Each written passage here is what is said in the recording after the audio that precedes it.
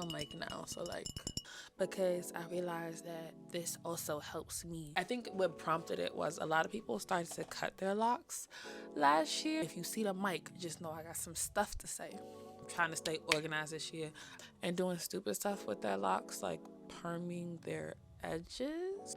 If I were to cut my locks and start for a third time,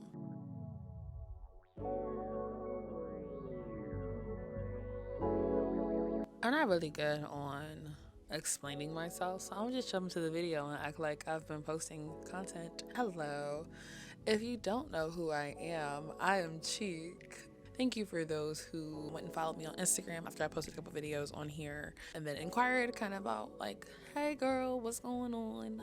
You know, anxiety, imposter syndrome, the regular, the usual. And if you don't really care about where I've been, you can skip here. But yeah, I went through a small stint where I don't know, I went on like a mini self-discovery, and I definitely would love to dive more into that because imposter syndrome and anxiety go hand in hand in most cases. For those like me who deal with a lot more intense than like day-to-day anxiety, it can be a lot for its own video. But again, thank you so much for being here.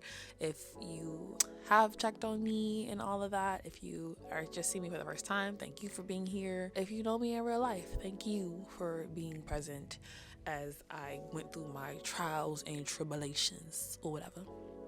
But if you don't know, I've been micro locked for 4 years now. 225 locks. If you need the whole spiel of the what, where, how, I have that in my first video on my channel. I'll make sure I link it down below, so check that out. I got a lot of random questions on Instagram, and follow me on Instagram if you don't already. And if you hear from Instagram, hey y'all. When people found out that this isn't my first lock journey, I got a question that I thought was interesting with some people that kind of were like, oh, I saw your video where you said you cut your locks. Do you regret getting micro locks? Or do you sometimes wish your locks were this? Or da da da da. And I think what prompted it was a lot of people started to cut their locks last year and doing stupid stuff with their locks, like perming their edges. Okay, cool. If I were in some crazy turn of events, if I were to cut my locks and start for a third time, would I change the method?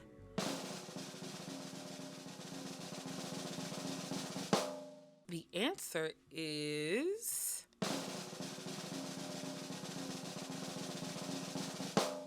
no. I absolutely 100% know that if for some reason I wanted to start over, I would absolutely go with micro locks again. Yeah, no, there's literally no way I would go with any other method. I think all locks are beautiful, no matter the size, the way they were established, no matter if you add a hair on the end and got lock extensions and had to cut them off later because they probably thinned out. The way that you establish your locks, really think them through, because it can get expensive. It can get time consuming. Yes, it is very much a low maintenance style, but depending on your locks, they can become high maintenance. With that said, there are 3 reasons I know. First one being maintenance routines. There is, of course, that idea that locks are very low maintenance, which they absolutely can be. 100% can be low maintenance. Freeform, low maintenance. And that's honestly where it ends. And of course, that also depends on your lifestyle. And if you notice the camera angle change, my battery died. My maintenance routine, I'm on an 8 to 10 week schedule. I've been stretching it about 12 weeks because I've learned to appreciate a little bit of fuzz that works for my lifestyle. It may not work for other people. There are people that get their locks done once a month. There are people that get their locks done every 6 months. And the way my hair grows, micro locks work. And I had traditional locks were just, they were so thick, and the way my new growth grew in and my hair learned to grow in, my roots were very thick as a result, and it didn't fit my lifestyle. It didn't fit the way I wanted to look, so I was getting my hair done more often. I was also self-maintaining at the time, so I had to put in the time, the effort, and I don't want to do it. If I can afford convenience, I'm going to pay for convenience. People may say, girl, $20 is too much. I understand. We'll get to cost later because that is reason number 3 on this list. So if you want to invest time, consider that. Consider, okay, I know I want to self-maintain, so maybe go with a more traditional method, or go with thicker locks with an interlock method that won't take as long to dry and all that other stuff that comes with, ooh child, I hated palm rolling my hair. But you have to weigh all of those pros and cons with maintenance, determining what maintenance may look like for you. And it's all about asking people how they maintain their hair, which actually brings me to number 2. The other reason that I know I would go with micro locks is because I am more educated now about the state of my hair prior to being locked. So I'll put a picture of me and my little fro prior to, actually, if I can find a second one, I'll put the second one in there. And if I didn't find the second one, I'll probably put a picture of like Urza Scarlet from Fairy Tale. I might put that in there anyway, because gang gang. But I had 4B and 4C hair. I had a mixture. Parts of my curls were very much 4B. I had more 4B than 4C. My hair wasn't actually as coarse as I thought it was. It was a lot thicker in certain areas. Very much 4B. As I started to color, I started to fall more into the 4A, 4B. In my mind, I was 4C. I treated my hair as such. Did not treat my hair very well when it was loose. I just could not maintain my hair myself. I didn't want to put in the money that was required to take care of natural hair. So when I weighed that in comparison, $200 every couple months compared to buying hair for protective styles, buying wigs, going to the hair salon, like I am saving a ton of money. Not to mention the money I'm saving on not buying every freaking product that they market to loose naturals. It's a scam. But I was fortunate enough to find a loctician who I adore. She wasn't sure about taking me on as a client. I had a lot of hair. I had a lot of shedding happening due to just poor upkeep of my natural hair. I didn't think she was going to take me on as a client, but she explained the benefits of micro locks over sister locks for my hair, and in a way recommended I go back to more of a traditional lock, palm roll and things like that. But I knew I didn't want bigger locks, and I knew I wanted to go, well, I thought I wanted to go as small as possible. We'll get to why I didn't go as small as possible, but I knew I wanted to be small-ish. So she very much educated me. Your locks will most likely turn out this if we go this method based on how your hair is. At that time, I was still thinking I had 4C, and she was like, no, you probably actually barely had 4C. Your hair it grows in 4C, but as your hair expands, it actually shifts more to like a 4B, 4A. And she picked the rotation for my locks that way. She picked the size for my locks, all based on just knowing my hair type. And so knowing that, I was like, oh, okay, this makes sense. And then I'll use my mom, for example. My mom's hair was a lot thinner than mine when she started her micro locks. And same thing, my loctician determined the size of her locks.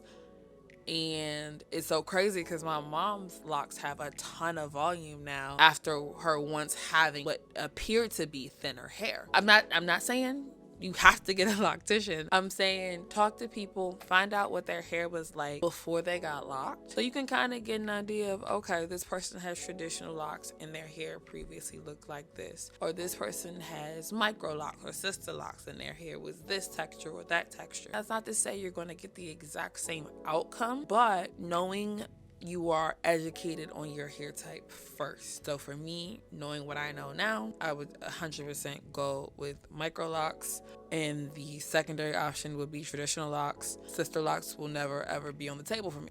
And here's why. Price. Do what is financially comfortable. If I were to start again, I would take the same route I did, saving up, knowing that I would not have to, well, I don't say I would not have to, but the way I was trying to save for sister locks, knowing that micro locks were a cheaper alternative, I would save towards that goal, knowing that it truly is an investment. Like I said, I pay $200 every couple of months for my maintenance. If you watch my other video, you know that I was being quoted like $1,200, $1,500 for sister locks. That alone, I can't fathom paying what I was quoted, because I know maintenance would also be very expensive. And some people are willing to make the investment. And that's if that works for you, I'm not saying you should not get sister locks. I'm saying I ain't gonna do it. And it's crazy because traditional locks would probably cost me the least amount because I do know how to self-maintain. I know how to start them. I started my first set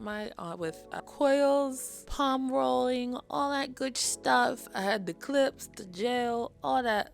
But as a result, I ended up buying more product. And it's like people will tell you don't have to do that, but I wanted a more manicured look. Now, of course, I could have done interlocking, and I've realized that now, but when I factor in my other two reasons, it's like I don't want thicker locks. So why even? If you're willing to make an investment, you'll do what you need to do to maintain that investment. Yeah, that's it. So quick recap. First and foremost, maintenance. Understanding type of maintenance that's required is a big reason why I would still go with micro locks. It is the process that best fits my lifestyle, best routine for me. Number two, the state of my natural loose hair. I now know more about my loose hair and know that micro locks or traditional locks are going to work best for me. Size of locks that I have now, I can of course go bigger, but going smaller is probably not what's best for my hair. And then cost. Like I said, yes, traditional would be cheaper, but the other two reasons outweigh that for traditional, and sister locks was just an outlandish price that I refuse to pay. I hope this helps anyone that is trying to figure out their next lock journey, their first lock journey. If you have any questions, I promise I will get better at responding to comments on YouTube. Thank y'all. I'ma do better. I am here. I am present. Thank you if you made it this far into my chaos. I really appreciate it.